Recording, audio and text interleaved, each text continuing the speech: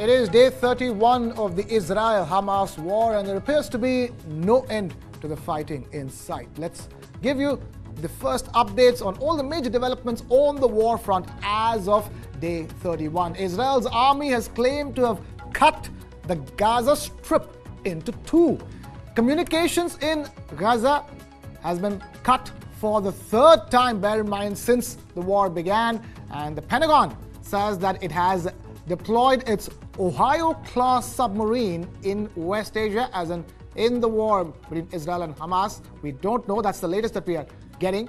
U.S. Secretary of State Antony Blinken has arrived in Turkey, even as day 31 of the Israel-Hamas war dawned. U.S. intelligence, the Central Intelligence Agency, or CIA's chief, arrived in Israel.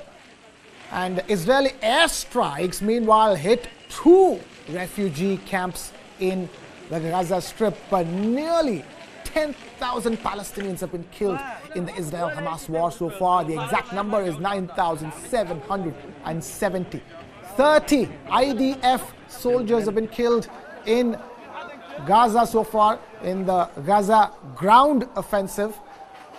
The World Food Programme has officially declared that there are just 5 days of food left on the Gaza Strip. Those are the latest details as of day 31 of the Israel-Hamas war. Explosions and flares continued in Gaza meanwhile, as Israeli forces pressed forward with their assault. Israel rejected growing calls for a ceasefire in Gaza, with military specialists saying that the forces are set to intensify their operations against the Palestinian Islamist terrorist group Hamas, with no particular time frame being set. Israel says that in the combined activities of its ground, air and naval forces in the Gaza Strip, over 2,500 terrorist targets have been struck.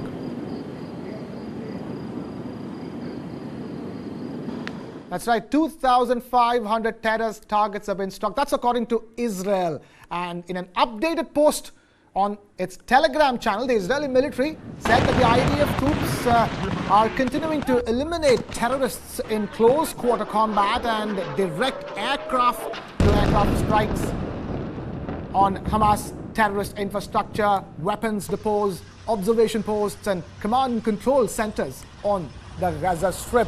Overnight, IDF troops directed aircraft to strike a Hamas military compound containing command and control centers and observation posts and more terrorist infrastructure.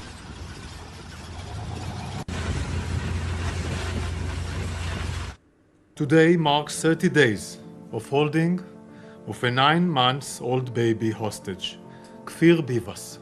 My young boy just turned a year a couple of days ago. We're going to defeat Hamas. We're going to free our hostages, 240. Some of them are from all over around the world. We're going to free our hostages. It's a top priority. And we are dealing with a murderous organization that did a massacre on the 7th of October. We will not forget the massacre. I hope the world will not forget the massacre of the 7th of October. We came up in the morning, waking up, and babies were killed in their beds. And young women were burnt alive in a music festival. We will not let the world forget that. And we will not let the world forget Kfir Bivas, a baby after 30 days being held in Gaza. It's unimaginable. It's a crime against humanity. It's a war we did not start and did not seek. And now we're fighting. We're fighting to defeat Hamas, to free our hostages, and to free Gaza from Hamas. Now, even as the Israeli offensive continued, many rockets were also seen flying over Tel Aviv, Israel's capital, on Sunday last night, as rocket raid sirens sounded across the Israeli city of 4.5 million residents. Bear in mind, a Reuters witness heard explosions, possibly interceptions by Israel's Iron Dome system, just after the rockets appeared. Rocket attack warnings were also issued for several cities and districts in central Israel, like Jaffa, and that's according to an official government alert system.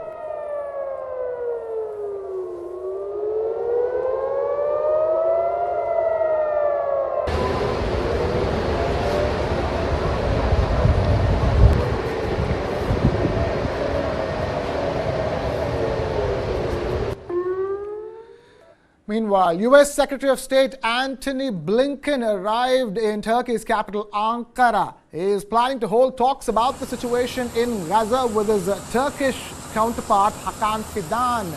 Just before Blinken showed up, things got pretty intense in southern Turkey. The police had to use tear gas and water cannons as hundreds of people at a pro-Palestinian rally tried to storm an air base where U.S. troops are stationed. Washington wants to prevent a wider regional conflict and has stepped up diplomacy with regional counterparts whose populations have been angered by Israel's assault on Gaza.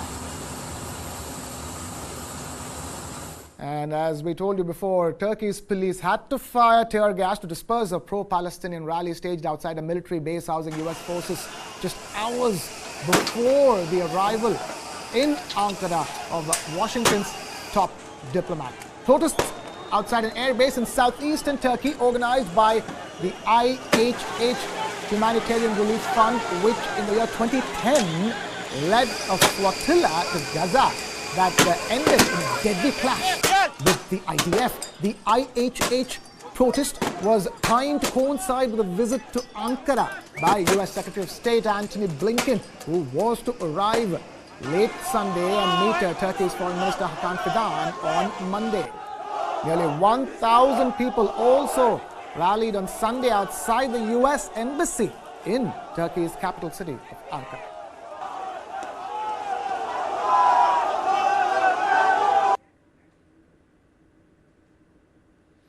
But even as Arab leaders publicly pressed the U.S. Secretary of State to secure an immediate ceasefire in Gaza, in a rare and open display of disagreement, Antony Blinken pushed back as he stood next to his Jordanian and Egyptian counterparts at a press conference. Take a look at this report. We need to focus now on stopping this war. Arab leaders publicly pressed U.S. Secretary of State Antony Blinken on Saturday to secure an immediate ceasefire in Gaza. But in a rare open display of disagreement, the top U.S. diplomat pushed back. It's our view that a ceasefire now would simply leave Hamas in place, able to regroup and repeat what it did on October 7th. Blinken met the Saudi, Qatari, Emirati, Egyptian, and Jordanian foreign ministers in Amman. He said all were agreed on the need for peace and that the current status quo in Gaza could not hold. Blinken, who met with Israeli President Benjamin Netanyahu a day earlier, said Israel, quote, must take every possible measure to prevent civilian casualties. Protecting civilians will help prevent Hamas from further exploiting the situation. But most important, it's simply the right and moral thing to do. Earlier on Saturday, Palestinian witnesses said Israel hit a UN-run school in Jabalia, Gaza, which was serving as a shelter. The Israeli military said that according to a preliminary inquiry, it had not targeted the location, but that the strike may have been the result of fire aimed at another target. Reuters footage of the aftermath showed broken furniture, patches of blood on the ground, and people crying. One Gazan boy said he had carried dead bodies. I carried a body and another decapitated body with my own hands. Israel's defense minister said its forces had destroyed communication hubs, bunkers, and tunnel networks over the past 2 days, and that 12 Hamas commanders had been killed since the start of the war. World and regional powers have failed to reach any consensus on how to deal with the escalating conflict in the 4 weeks since fighters from Hamas, which runs the Gaza Strip, burst over the border, killing 1,400 people and taking more than 240 others hostage. Israel has since struck Gaza from the air, imposed a siege, and launched a ground assault, stirring global alarm at humanitarian conditions in the enclave, Gaza health officials said on Saturday, killing more than 9,488 Palestinians. Now, the U.S. has issued an unusual announcement that an Ohio-type nuclear submarine had arrived in the operational area of the U.S. Central Command.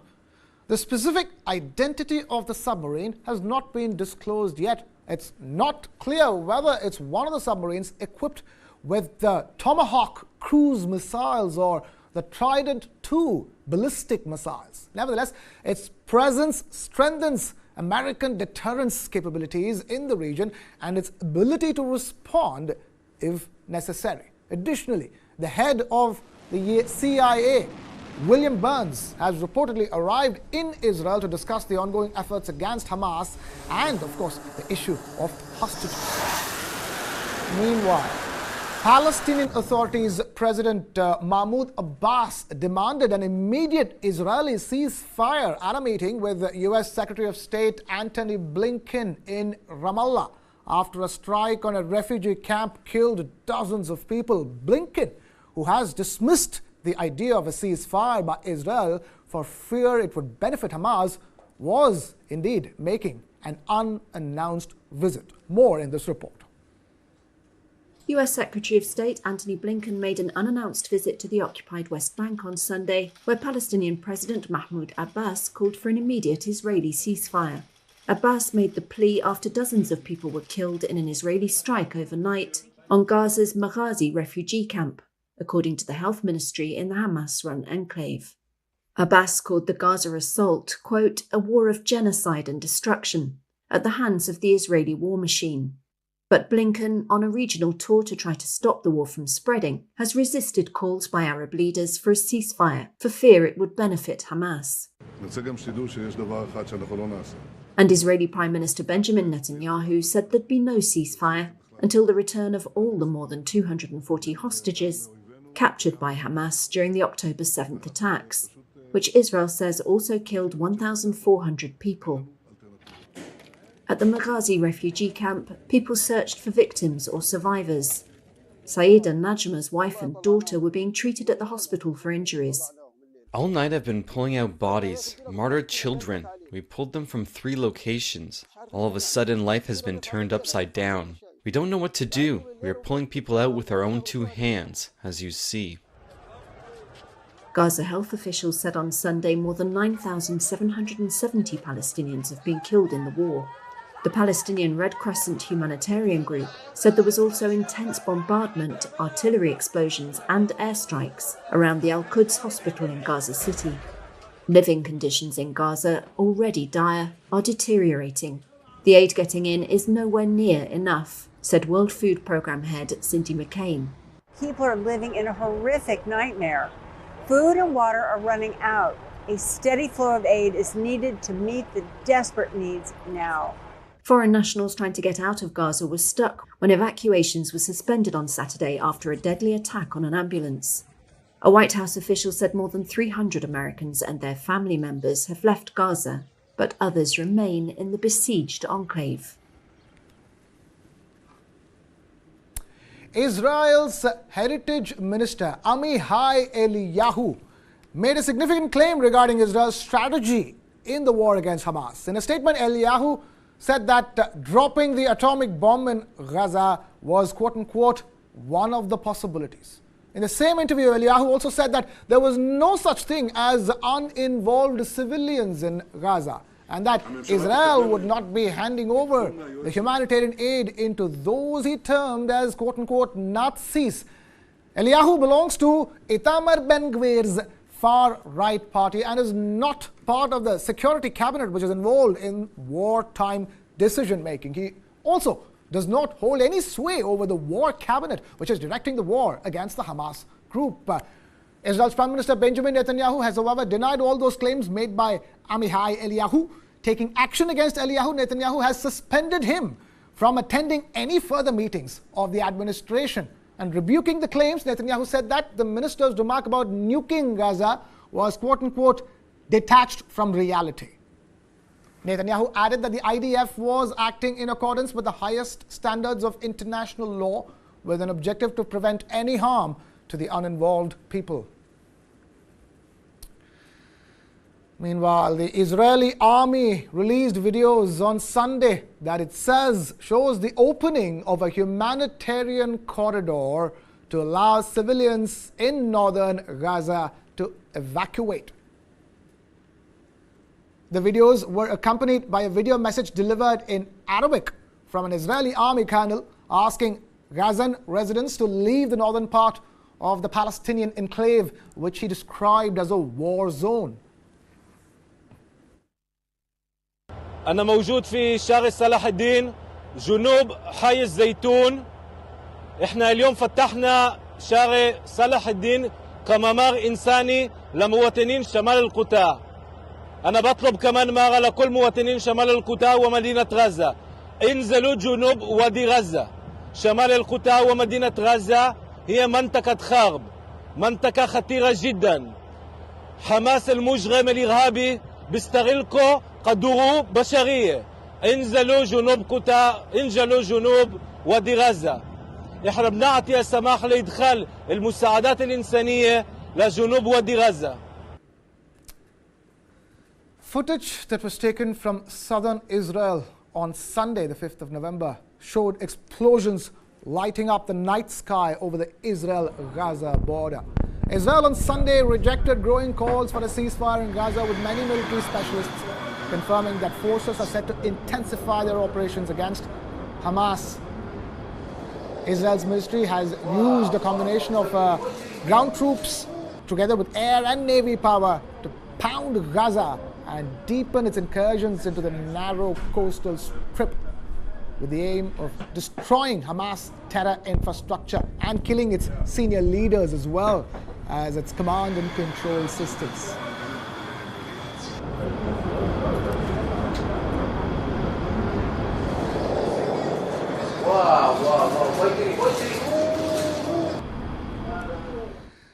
Israel's Prime Minister Benjamin Netanyahu has rejected calls for a ceasefire in Gaza until all the more than 240 hostages captured by Hamas during its October 7th attacks are returned. He made this stance very clear during a speech at the Ramon Air Force Base in southern Israel, emphasizing that there will be no ceasefire without the return of the hostages. And even as he did that, hundreds of people gathered outside the residence of Prime Minister Benjamin Netanyahu in protest against the administration's failure to bring back hostages held by Hamas in Gaza.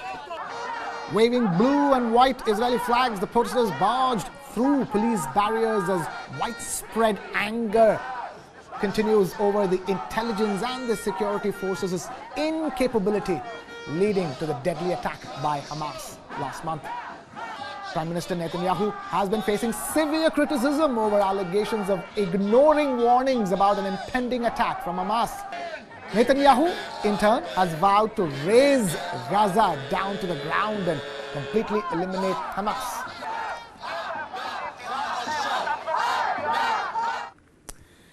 And even as the protests and the war continues, the United Nations World Food Programme's Executive Director Cindy McCain issued an urgent plea from the Rafah border crossing for safe and expanded humanitarian access to Gaza as needs of people skyrocket and critical food supplies reach dangerously low levels. For the past few weeks, entry points into Gaza have been virtually sealed except through the Rafah border crossing point.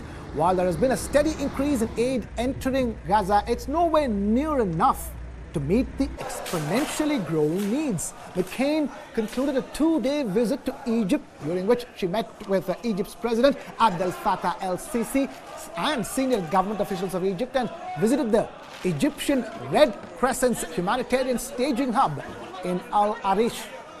She also inspected the rapid expansion of logistical operations and monitoring systems at the Rafah border crossing, which are crucial for providing vital assistance to people in Gaza.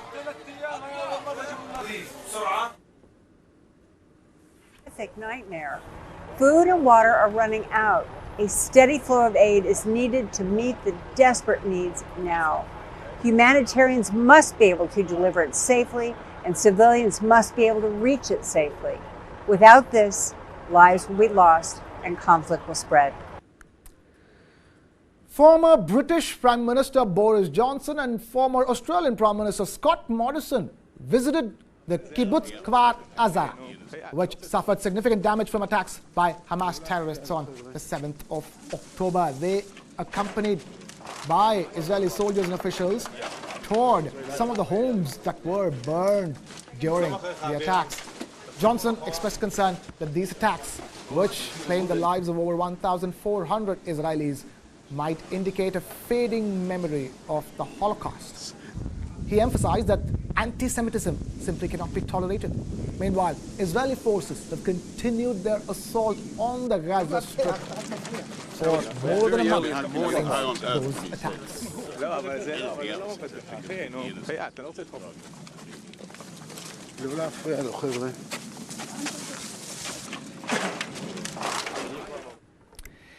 Now, away from that, two recent polls show that Joe Biden is trailing behind Donald Trump in the lead up to the 2024 U.S. presidential elections. The polls indicate that concerns about the U.S. economy and divisions within the Democrat Party regarding the Israel-Hamas war are negatively impacting President Biden's chances of a re-election. Specifically, a New York Times Siena poll found that Biden is behind Trump in 5 of the 6 most critical battleground states. These doubts are fueled by concerns about Biden's economic policies, questions about his age, and dissatisfaction on various issues, including the Israel-Hamas war. A CBS News poll also supports these findings, showing that Trump is ahead of Biden a year before the 2024 elections. And according to this poll, more voters believe they would be financially better off if Trump were to win in 2024. And Biden has not been as successful in winning over Democrats as Trump has been with winning over Republicans.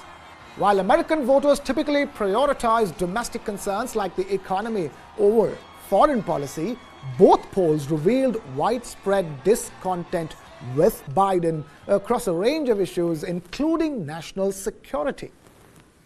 Notably, Trump is trusted over Biden on the economy by a significant margin, with 59% of voters favoring Trump and 37% favoring Biden. And that's according to the New York Times poll. If the elections were to be held today, Biden would potentially lose to Trump by margins ranging from 3 to 10 percentage points in crucial battleground states like Arizona, Georgia, Michigan, Nevada, and Pennsylvania.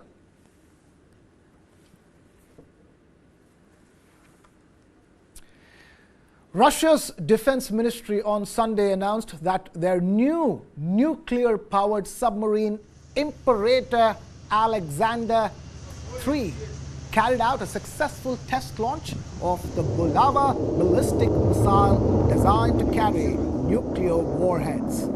The defense ministry also shared in a statement that firing a ballistic missile is the final element of state tests, after which a decision will be made to accept the cruiser into the Navy. President Putin has been pushing for Russia to maintain its nuclear deterrence to counter what he calls growing security threats, as ties between Moscow and the West have hit all-time lows over the war in Ukraine.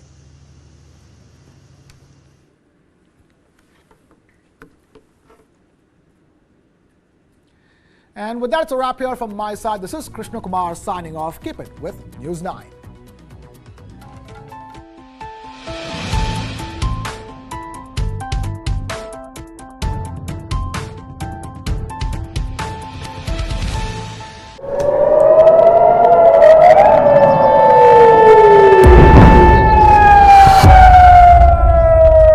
Hamas attacks Israel.